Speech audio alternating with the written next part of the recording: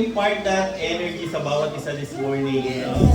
Okay, sige po, mag-pray po muna tayo. Daddy God, we thank you today for you are great, you are mighty, Lord, in your love.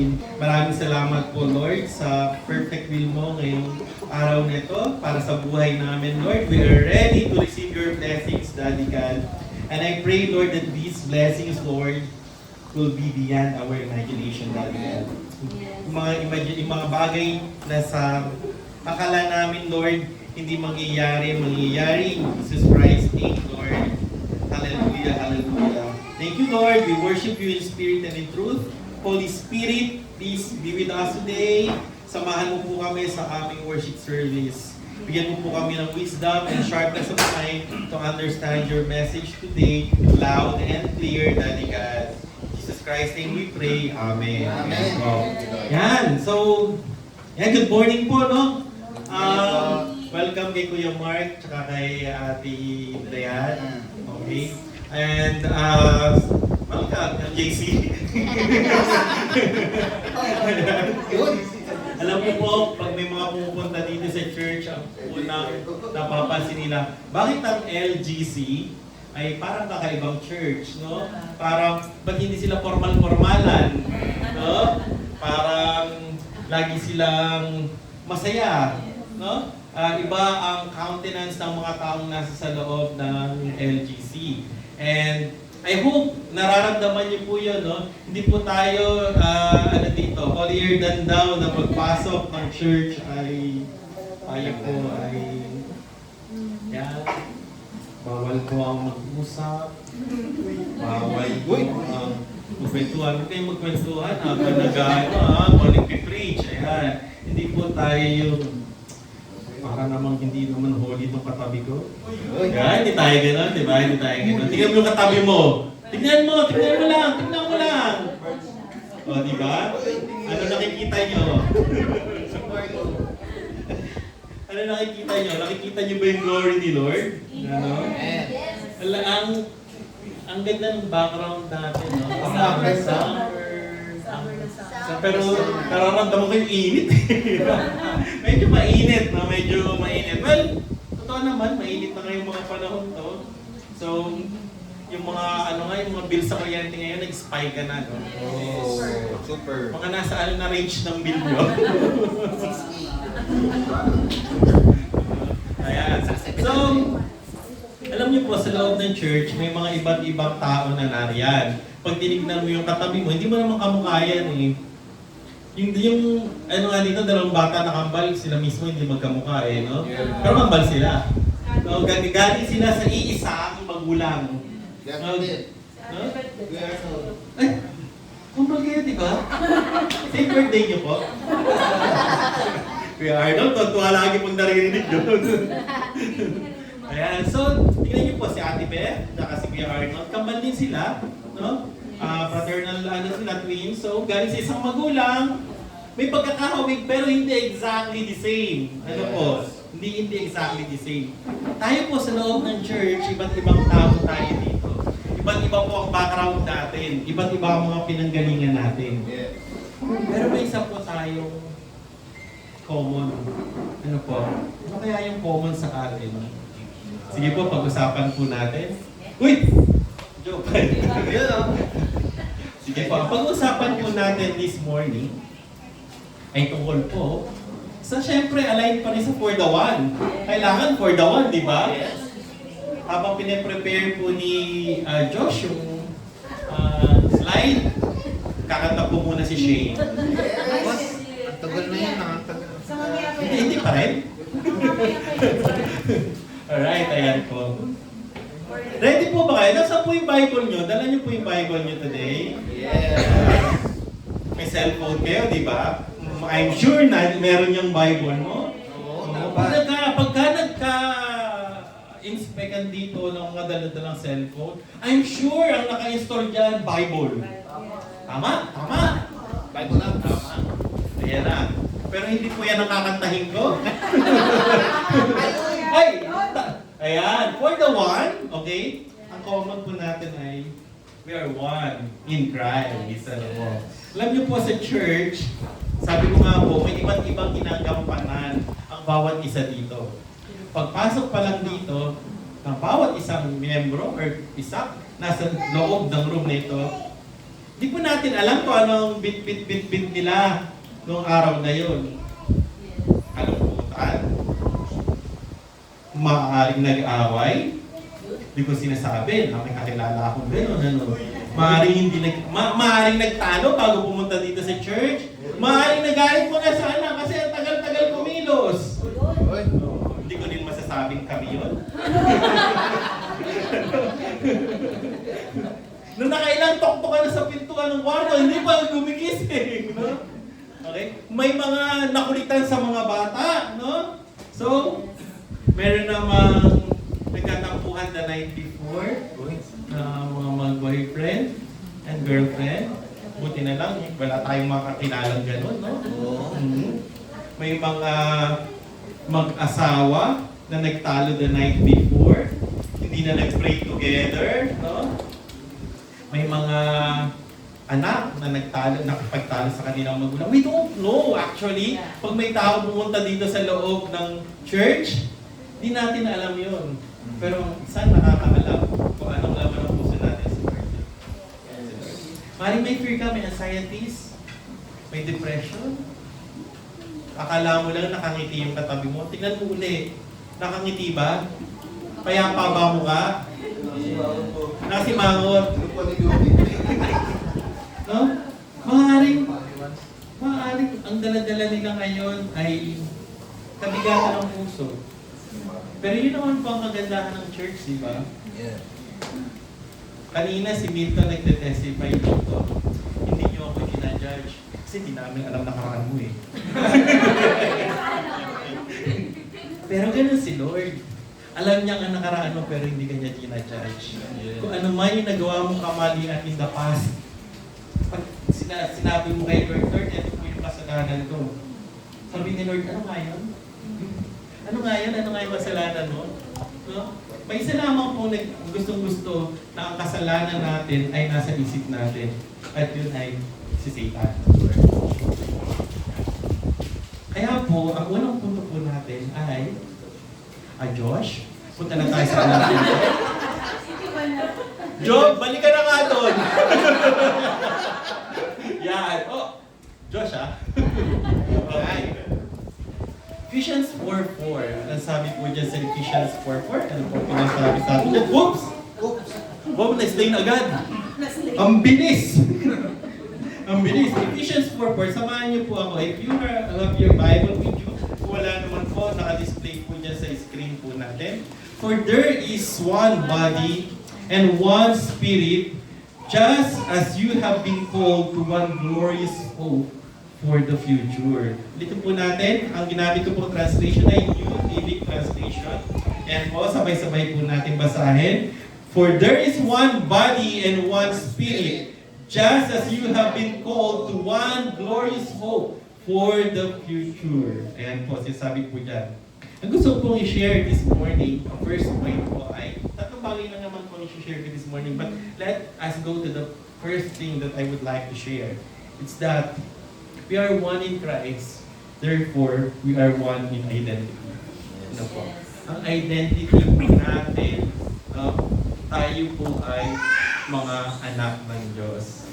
At kung pumunta po kayo dito sa loob ng church, na hindi pa po sigurado, hindi pa tiyak kung anong identity mo, maganda po. No? Nasa oras na to, tiyakin po natin kung ano yung identity natin. And po, the moment that we accepted Jesus Christ as our Lord and Savior, nagbabago po yung ating identity. From sinners, pinaluwag na po tayo righteous. Even though, hindi naman tayo perfect. And, but talking about the identity in here is not, I don't want to really focus on our identity, as being Christian, but our identity as a church.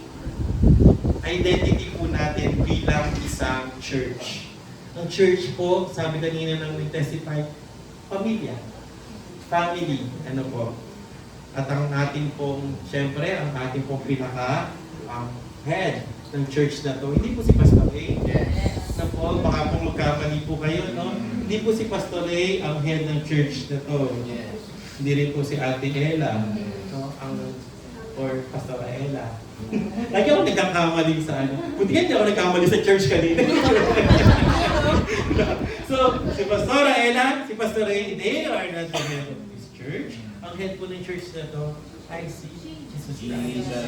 Jesus Christ po ang head ng church. Kaya po pumunta po kayo dito para makita si Pastor Ray, gano'n man siya kasikat, at si Pastor Ella. I'm sorry po, baka ma-disappoint kayo. Ang head po ng church na to ay ang Panginoong Jesus. Yan po.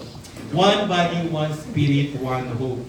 Ang identity po na dinidescribe dito is our identity na bilang membro ng Limitless God Church. Yes! I'm so blessed! Alright? Okay. So, okay, Limitless God Church. Ano po? Kaya po, dapat po natin pakalalahan ano ba ang daladala natin, no? Kung ano ang meron tayo.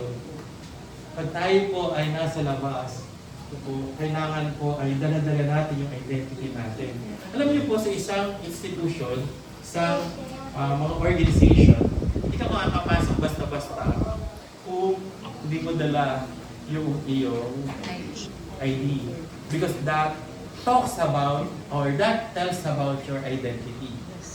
So tayo, meron tayong one body, one spirit. No? We are one in the body, in church. One spirit, kasi nasam ang Holy Spirit lamang, ang Spirito ine-entertain natin dito. Ano po? Yan. At syempre, one hope. Ang destination natin, no? Heaven. Amen. Yun naman ang gusto natin eh. Pupunta ka ba sa church kung ang ibang destination ang gusto mo? Di ba? Final destination. Pati si parang iba yung pastor. But our final destination, no? Lahat naman tayo ang hope natin. That's why we are securing yung ating future eh, di ba? In heaven. Amen. Kaya ngayon pa lang, pag naiinip ka na sa praise and worship, magdalawang isip ka. Kasi pagdating sa heaven, non-stop ang doon, praise and worship. O kaya yung mga nagdadalawang isip na mag-join sa praise and worship team. Ano? Magdalawang isip kayo? Sige! Okay? And eto po, no, totoong experience ko. Nung pagkatao ko po talaga, ay pag praise and worship, naiinip talaga. I mean, di ba? Yun yung yun yung common na mga pitfall ng mga kabataan. Pag nasa church, tagal naman ako ng praise and worship, no? So, but alam niyo po kaya pumapasok yung ganun thoughts kasi you are not in tune doon sa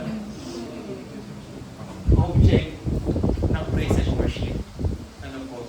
Kaya, alam niyo po, minsan pag praise and worship may makakita kayo parang detach ang layo. Kasi, kung alam mo kung sino yung pinunta dito at worship mo, no, hindi ganun klase ng worship ang ibibigay mo. No?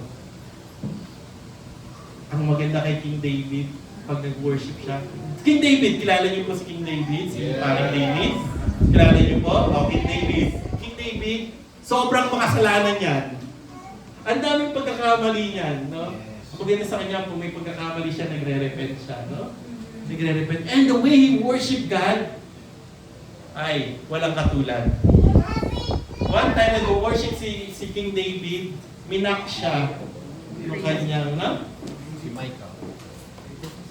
So, may nag-back sa kanya. Itago natin sa pangalang Michael. Pero tinago natin sa pangalan na. So, nag-worship siya and she was mocking King David. Sabi niya, hari ka pa naman, bakit ganyan ka mag-worship? Alam niyo pong nangyari kay Michael? Never nagkaanak si Michael. Ayan. So, kaya po kayo, no? Hindi po kayo sa tinatakot. No? Hindi ko kayo tinatakot. But, when you worship the Lord, give it all. At ang hirap-hirap kayo mag-keyboard dito. Nakita ko po si Shane nagpa-practice mag-keyboard. Malambot na ba daliri? Hindi pa rin. Hirap pa rin. Papapractice din yan, no? Yes. Ayan. Kahit ako nga si Rian, nagpa-practice eh. Narinig ko one time. Sa CR, nagpa-practice. Mamaya, sasampulan natin. Gratitude din po. Anong key? T.O.P. Mataas. Taas na lang. Taasan pa natin, ilang yan. C2, lagyan natin. Alright. Pag pumunta po tayo sa church, ang identity natin, LGC is a worshiping church. Yes. Worshiping church. Amen. Kaya, kung dating ganito pala, ganyan lang. Samantalang pag makapag-tiktok kayo, hawak nyo ang pitang sobra-sobra kayo nyo. Pag dito, hawak na ni Lord ang puso natin. So, we give it all. No, we give it all. Eh, paano po yan dun eh? Ganito talaga kinalakihan ko eh. Makakaano din yan. Mag-i-evolve din yan. No, mag-i-evolve din yan. Yes. Kaya si Caleb eh, alam mo one time siguro, no, makikita natin. Yung bata pag nag-worship yan, ibang klase. No? Eh, nakikipagdaldalan lang siya. Pero paglaki niyan, no, iba na yan. Kaya, eh si Margo, nakita ko doon sa video niya, medyo nagpe-praise and worship eh, no? Todo pikit pa eh, no? So, eventually, no, so train up a child in a way he should go, no? So that when he or she grows old, no, hindi sila magde-depart sa kanilang natutunan. Yes. Why we are one in our identity. Amen. Tayo, magkakaibang role dito. Alam niyo po, kung lahat tayo, no, magkakapareho dito sa church na ginagawa pa ng role, hindi po tatayo ang church na ito. Yes. Pero nyo, kung halimbawa, lahat pastor. Wala na po rito. Lahat pastor, no? So wala upo lang tayo dito. Maintindihan ba natin yan lahat, no? Tapos iba-iba ituturo? Ay, mahirap yun, no? Mahirap yun. Okay. Buti na lang, no? May mga tao dito na ang heart talaga ay magpastor. May mga tao naman dito na ang heart ay sa praise and worship. Eh, paano kung lahat praise and worship leader? No? Kung key of A si Joby, yung isa magki-key of D. Ang layo, no? Medyo malayo, no? Mamaya mapapakinggan ko na. Mamaya ba yan, Shane? Mamaya? Okay. Nanyayahan ko po kayo, after worship, ano ba yun? Program. Ayan po, pakinig po tayo si Shane po. Ano po? Paano yun? No?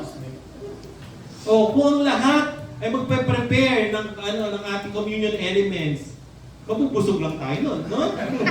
Pero, wala tayong word. Spiritually, hindi tayo mabubusog.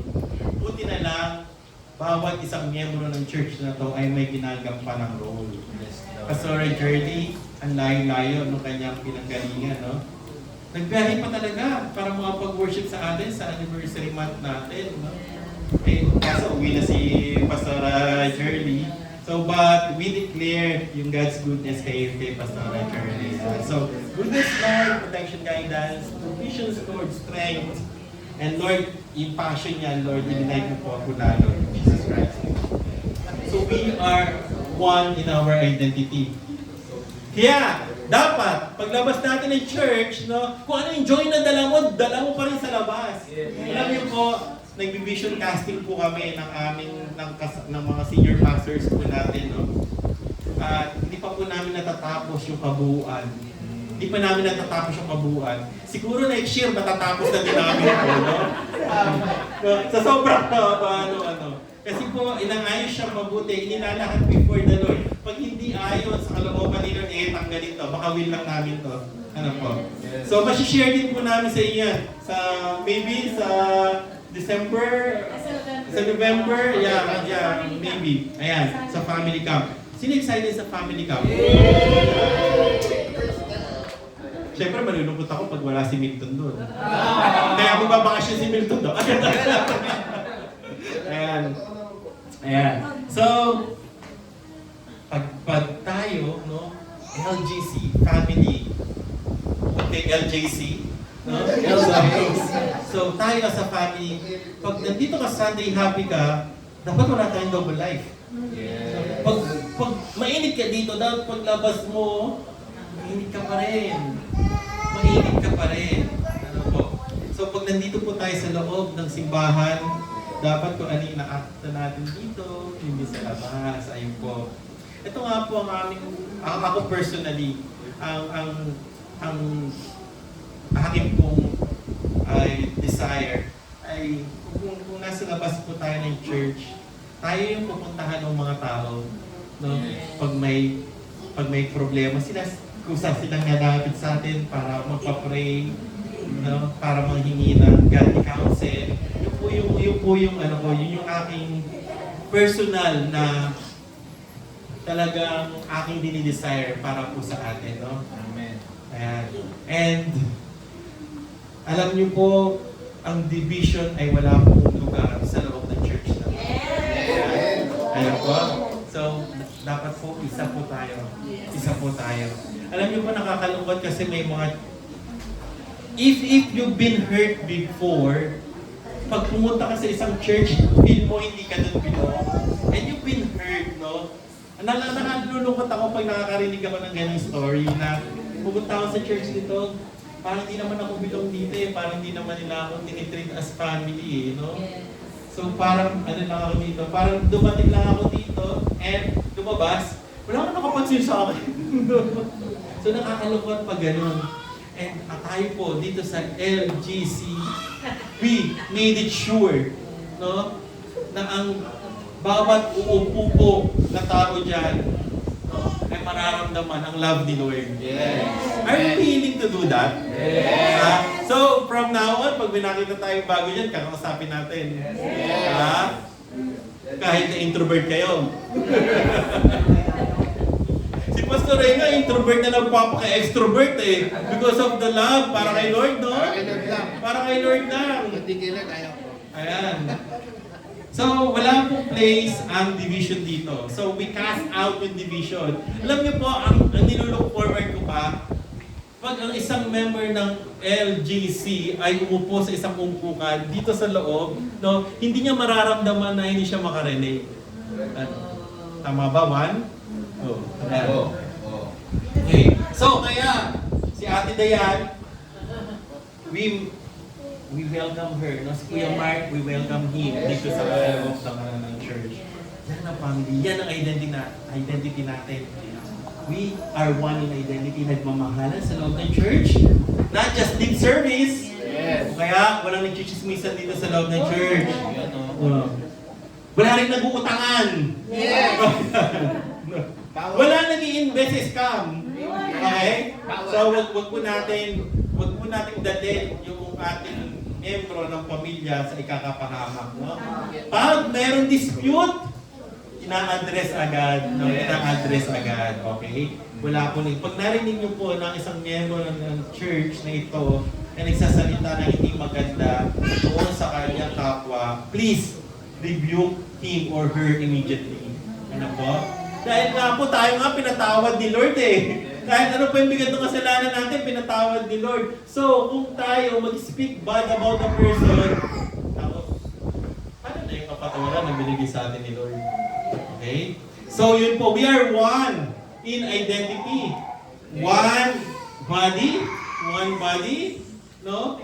One spirit. Kanino spirit yan? Holy Spirit. One hope. Destination is heaven. Pangalawang punto po na gusto ko pong i-share sa inyo. Wow! Talaga si Job. In sync na kami talaga ni Job. Kasi sabi ko pa lang pangalawang punto. Josh ha, hindi tayo in sync ha. Mag-usap tayo mamaya. Okay, ang pangalawa po, punto na gusto ko pong i-share sa inyo ay ito naman po. Ang pangalawang punto ay we are one in foundation. We are one in foundation. At yung foundation po natin yun ay firm foundation. Si Jesus Christ. Isa po ang foundation natin. Alam niyo po, ang pundasyon na mahina, konting uga, ay matutumba. Ang pundasyon na mahina, konting uga, matutumba. Okay? Try nyo, ha? Alright. So, ang pundasyon po natin, according to Ephesians 4:5, no? There's one Lord, one faith, one baptism. Ito po yung share sa atin ni Pastor last time, last Sunday. Kung kayo po ay nakinig, hindi kayo masyado excited sa swimming, napakinggan nyo po yung message tsaka sa food. Ayan po, one Lord, one faith, one baptism. Ano po ba ibig sabihin niya? One Lord, Jesus is the ultimate authority. Amen. Ano po? Ng mga believers sa loob ng church. Amen. Nung sinusulat po ito ni Paul, ang setting po nito ay sa Ephesus. Ang daming mga iba't ibang faith nila, iba't ibang religion. Ano po. May mga ibang Christian din na nandun, na follower ni Paul, yung iba follower ng ibang disciples. So, ang sinasabi niya dito, hey, isa lang naman ang Christ natin. Ang Christ, ang foundation natin ay si Jesus Christ. Dapat magkaisa tayo. The same sa loob ng church na to. Isa lang naman ang foundation natin si Jesus Christ. So, dapat magkaisa tayo. Ang sabi ko po kay Pastor Ray, siya nga po pala, member po ako ng LGC Church. Simula po, pagkabata. Ayan po. So, ang sabi ko po kay Pastor Ray, na ang amin pong covenant, may covenant po kami ni Pastor Ray, no? Yes. Na mananatili ako sa church hanggat ang Diyos niya ay si Jesus Christ. Pag yung iba na nanturin si Pastor Ray, ay goodbye na po kami. Yun po yung covenant. Mapuputil na po yung covenant namin. No? So, yun po ang mangyayari. So, pag hindi niyo po ako nakita dito, si Pastor Ray sa inyo. Ano po? So, ibig sabihin ng tayo dito sa church, ang pinupunta natin, hindi si Pastor Ray. Yes. No? At hindi rin dahil may salo-salo tuwing every turn, At hindi rin dahil kay Pastora Ella, no? Ang pinupunta po natin dito sa church ay yung pundasyon natin. Nagpapalakas po tayo, no? Pinapalakas natin ang faith natin, Amen. no? Through our Lord Jesus Christ. Maaari may mga iba't ibang katuruan, pero kailangan po nakababat po tayo sa presensya ni Lord, no? Sa kanyang salita.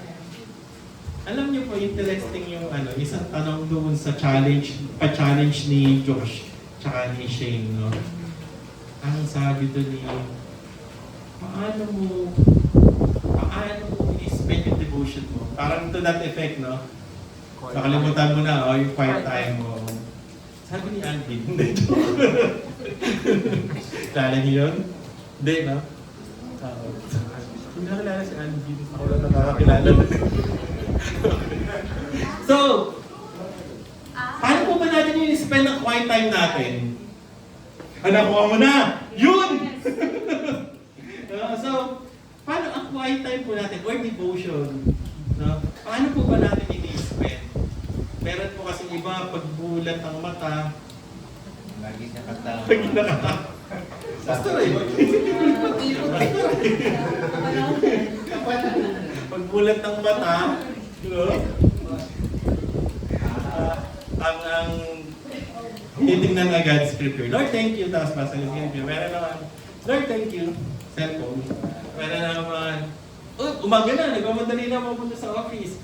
Meron naman, uy, may kailangan pa akong gawin. Tayo po ba, pagbulat ng mata natin, ano ba yung ginagawa natin? Bukod sa lagi nakatawa. Ano? So ano po ba ginagawa natin? Paano po natin i-spend yung first hour? No? First hour natin.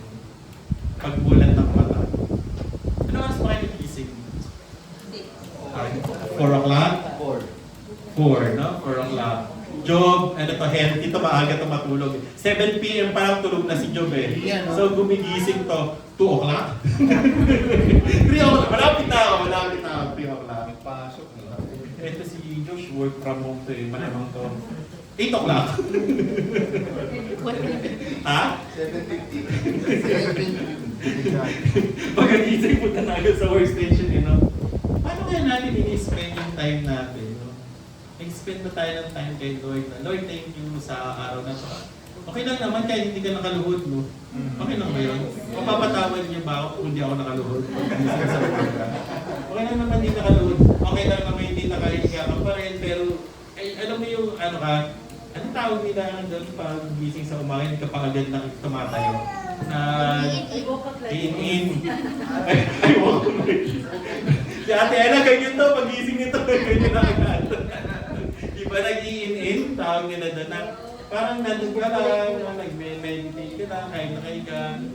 Mapapatawad naman siguro tayo, no? Kung hindi nakaluhod, hindi nakaganyan.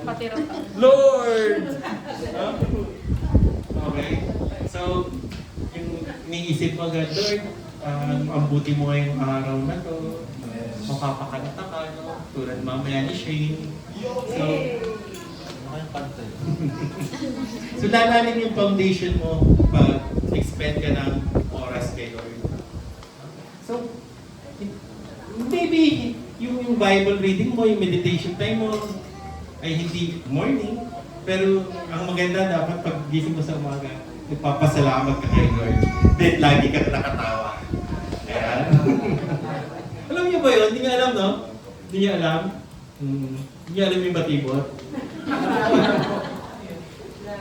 Ay! Wow ah! Wow, minsan! Hindi mo wala na si Kuya Boji ah! Kung sa Si Bong tsaka si Kiko. Ayan, no? So ayan po, ang unity po is not about agreement in everything. So, believe it or not, pag kami po ay nag-meeting, hindi naman po lagi kami nag-agree. No? Kasi po, kailangan sa loob ng church may diversity. No? Tingnan mo, katabi mo, pag tignan mo. Ayan, tingnan mo. Ano nakita mo? Ano? Ganda. Maganda. Pastor, galing nakatugit ngayon kaya Pastora Journey, kay Pastora Shane. Ayan, so magaganda talaga yun. Ay, magaganda pala ng mga nakahinera dito, kaya pala dito nakaupo si Pastor. Ano? So, alam niyo po, hindi naman pare-parehas. Kung kamay mo na nga, daliri mo, hindi pare-parehas ng sukat, di ba? Magiging mo kung pare-parehas siya ng sukat. Anong tsura nun? Isang katawan, no? Ano tsura?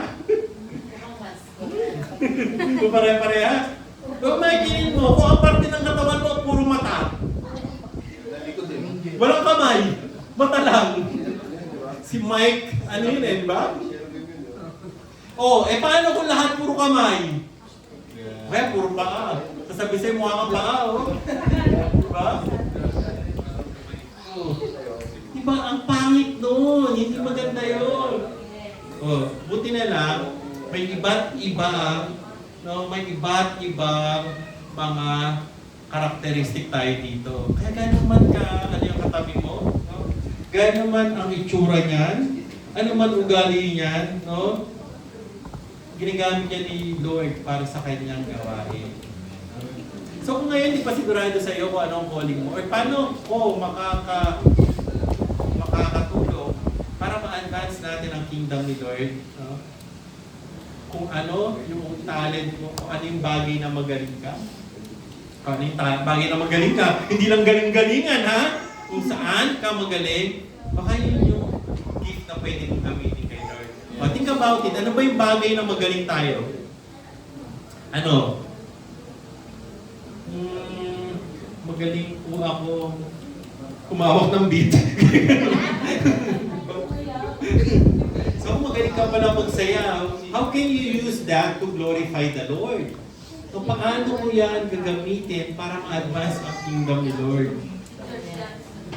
Parang yung ni Shane, yung page ni Shane, may mga dance numbers siya doon. Si Gigi, parang kinitang pala ni Shane. Kinitang pala ni Shane. Parang kahapon lang to So, bata pa yata si Shane dun Parang ng isang buwan. Kaya pa rin naman ngayon no? Hindi tayo naniniwala dyan, syempre. Oo. Hindi tayo naniniwala dyan. Excited pa kayo para mamaya? Syempre, di tayo naniniwala kung magaling magsayaw si Shane. Kung natin nakikita, alis sa si Milton. So sana makita ni Milton to, no? Alam niyo po, sabi ko nga kanina, sa meeting, sa amin po, pag po kami sa meeting, may mga differences po kami sa opinion namin. No? And hindi po and at the end of the day, ino-honor po namin kung ano yung will ni Lord. And yung submission mahalaga, no? Ang ibig po ba ng submission ay blindly oo ka? No? Hindi, di ba? Hindi pwedeng gano'n, no? Ibig sabihin nun, okay, kung ito yung desisyon, kahit na hindi palagay mo ay hindi yun yung maganda, but ito yung pinag-agrihan, no? Na ito yung direction natin, you have to obey, you have to submit. No? Kasi hindi naman pwede na yung gusto mo lagi ang mangyayari. No? Kasi marami tayong bagay na kinoconsider. And isa yun sa mga paraan para yung foundation ng church na to ay maging matibay. Amen. At rest assured po na sa loob ng church na to, lahat po ng planong i-execute ay natitulog kay Lord. Ayan po. Ayan.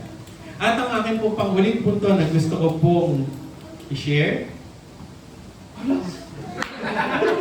Bilis talaga. By the way, may nagpapabati po kay Job sa live. Sabi po, bilis-bilis ni Job. Ayan, so we are one in purpose. One in purpose. Nakaisang taon na po tayo. As a church, ang aking pong ninanais, ang aking pong desire, ay malinaw po kung bakit tayo nandito. Ano po? And that is to serve the one living Lord. Ano po? So nandito po tayo to glorify the Lord. Ang ating pong sinasamba dito ay si Jesus Christ, malinaw na malinaw. Yeah. Ano po? Ang ating overall, God is our sovereign God. No? Wala pong ibang worship dito in spirit and in truth. Although tayo, bawat isa sa atin ay work in progress, marami pa rin binabago si Lord. Amen. Pero, ang tinitingnan po natin dito, yung magiging finish na work ni Christ sa atin. Christ, Jesus Christ being the author and finisher of our faith. Yan po. Alam niyo po, anong kapanahon na po sa Ephesus, iba't iba yung mga gods kasi doon eh. Iba't iba yung mga Diyos na sinasamba nila. May hilig sila magsamba sa idol. Kaya nga tayo, parang very careful tayo sa word na idol. Idol ko yan, idol ko yan. Pero ilalagay po natin yung substance over word. Ayan. So, baka maaaring inaangaan mo, but don't put him sa pedestal, no? Na ito na lang ang reason mo, ito na lang ang purpose mo bakit ka umattend sa church. Alam niyo po, may mga umattend minsan sa church dahil sa boyfriend o girlfriend. Buti na lang wala akong kakilalang gano'n. Ano po? Minsan umattend lang po dahil, ay, magpapakanta si Birds, ang galing niya magpakanta. Pagpapakanagaan yun dito, lumuluhod talaga yun dyan. Ano? Or, ay, kasi ang galing ni Josh mag-keyboard. Unang pindot pa lang.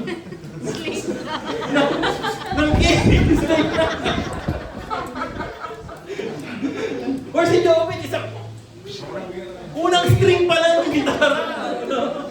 Stay na. No, hindi po tayo umattend dito dahil magaling yung ating mga praise and worship team. Alam niyo po ba, kung kayo po ay naka-attend dito nung mga panahon bago naging LGC to, ay, isa lang ang ating praise team natin dito. At lahat pa, sabay-sabay tinutugtog yung instrumento habang nagpapakanta. Ha? So, nag-evolve na. Nag-evolve na. So, nag-evolve na siya. So, dumating na dyan sila Joby, sila First, dumating na. So, maganda na ang kanilang pag-lead ng praise and worship. And, alam niyo po ba ang amount ng time na kanilang ginugugol dyan ay hindi po biro. Ano po? Kaya Shane, umpisahan mo na to. Umpisahan mo na to. Si Josh ay nagsimula nung siya ay 13 years old. Batang-bata siya ng Shane. Okay. So, ngayon nasa 20 plus na. Konti na lang! Konti na lang, malapit na to. Malay natin, makita natin mamaya, di ba? Kasi sinampulan tayo ni Shane doon sa may mga no? Sabi ko, ako nag-keyboard, mga talented. Yes! May cheat sheet pala. Tayo pumupunta sa church na to dahil ang galing mag-preach. Ano po? Yes. Dahil ang galing ni Pastor mag-preach, si Pastor Ray. Nako, audience nito, international. Diba? Buti na lang, may isang kaban na English. No? At sanay na si Pastor Ray. Grabe. No? Grabe na kasi ang audience ni Pastor Ray doon, hindi naman lang local eh. Iba't ibang mga lahi ang nandun. Ganyan si Pastor Ella. Or baka nang pumunta kayo dito kasi magpapaprogram kayo ng kanyang divine turnaround. No? Baka kayo nandito ngayong umaga, no? Yan. So hindi tayo pumunta dito dahil sa tao. Pumunta tayo dito because we want to worship and grow sa pananampalataya natin kay Lord. Ayan. And pag tayo ay united, no? Mas madali natin mapapakita sa mga tao sa labas ng church na to kung gaano kamahal ni Lord ang mga tao. Okay? So, ibig sabihin nun, may identity tayo kay Christ. At the same time, identity natin ay bilang miyembro ng LGC. Dala-dala natin ang glory ni Lord. Would you like to be in that level na pag pumapa ako sa loob ng room, naiiba yung presence? No? Kasi meron mga tao na pag pasok ng room, ramdam mo agad na nag-turn around yung presence. Ang bigat! Ang bigat! Alam mo yung pag gano'n, may spirit na dala to, no? May dala spirit. No? Pero iba, pag pumasok ka sa room, na-change mo yung atmosphere kasi dala-dala mo yung Holy Spirit. Amen. And, tignan nyo yung mga nasa katabi nyo, yan, yung mga atmosphere changer. Yan, chine-change natin ang atmosphere. Kung mabigat yan, gagaan because dala-dala mo ang Holy Spirit. So we're looking forward na sa darating yung araw, no, na madidevelop sa atin ang mga bagay na iyon. No, we, dala-dala natin ang presence ni Lord, dala-dala natin yung peace, dala-dala natin yung unspeakable joy. No? Na kung saan man tayo naroroon, hindi kailangan, no, na nandun ang pastor mo. Hindi kailangan na nandun si Pastora Jerby, si Pastora Amy, hindi kailangan Pastora Ella, Pastora Ryan, hindi kailangan na nandun sila para mag-pray ka sa may mga sakit. Because ikaw mismo, you bring the same Holy Spirit na meron sila. Yes. Amen. Kung kaya na ilang mag-pray para sa may mga sakit, kaya mo rin. Okay? So, hindi na tayo natawag, Pastor Ray, meron pong may sakit dito. Punta na! Ngayon na mismo! Teka na dito. So, may sabi ni Pastor Ray, sandali. Masakit pa nga ng ano ko, ng bato ko eh. Di ba? Nagpe-pray din ako. Di ba? Or, pag mayroong, no? Mayroong kaaway, may inaalihan ng bad spirit. Kayo na, taguan na! Eto na! Bakit yun, Pastor Ray? Ikaw na po, dahil hindi na po namin ito kaya. Hindi po. Saan man tayo lugar naroroon? Nandun ka man sa ibang bansa, nandun ka man sa Cainta, nasa Antipolo, nasa Angono, nasa Taytay, o saan man dako ng Pilipinas at dako ng mundo, dala-dala mo ang Holy Spirit. Dala-dala mo ang isang Diyos. That is the Lord Jesus Christ. Sige po, manalangin po tayo. Panginoon,